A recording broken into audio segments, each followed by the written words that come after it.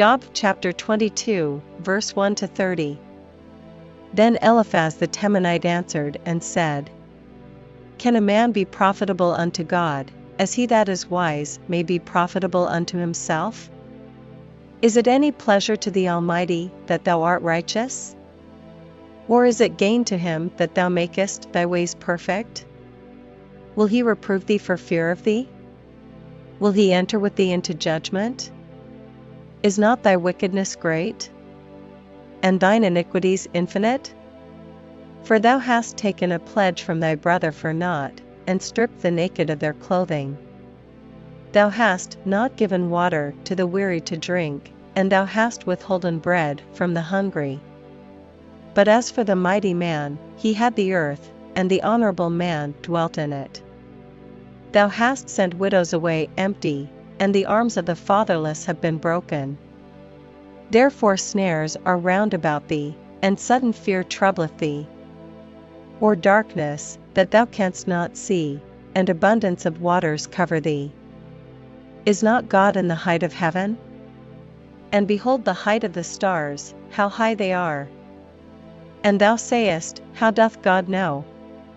Can he judge through the dark cloud? Thick clouds are a covering to him, that he seeth not, and he walketh in the circuit of heaven. Hast thou marked the old way which wicked men have trodden? Which were cut down out of time, whose foundation was overflown with a flood. Which said unto God, Depart from us, and what can the Almighty do for them?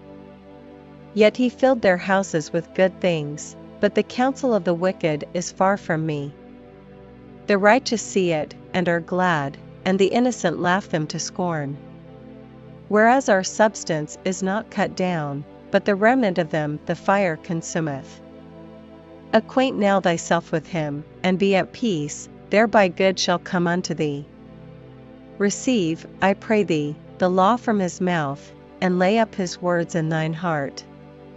If thou return to the Almighty, thou shalt be built up, thou shalt put away iniquity far from thy tabernacles. Then shalt thou lay up gold as dust, and the gold of Ophir as the stones of the brooks. Yea, the Almighty shall be thy defense, and thou shalt have plenty of silver. For then shalt thou have thy delight in the Almighty, and shalt lift up thy face unto God.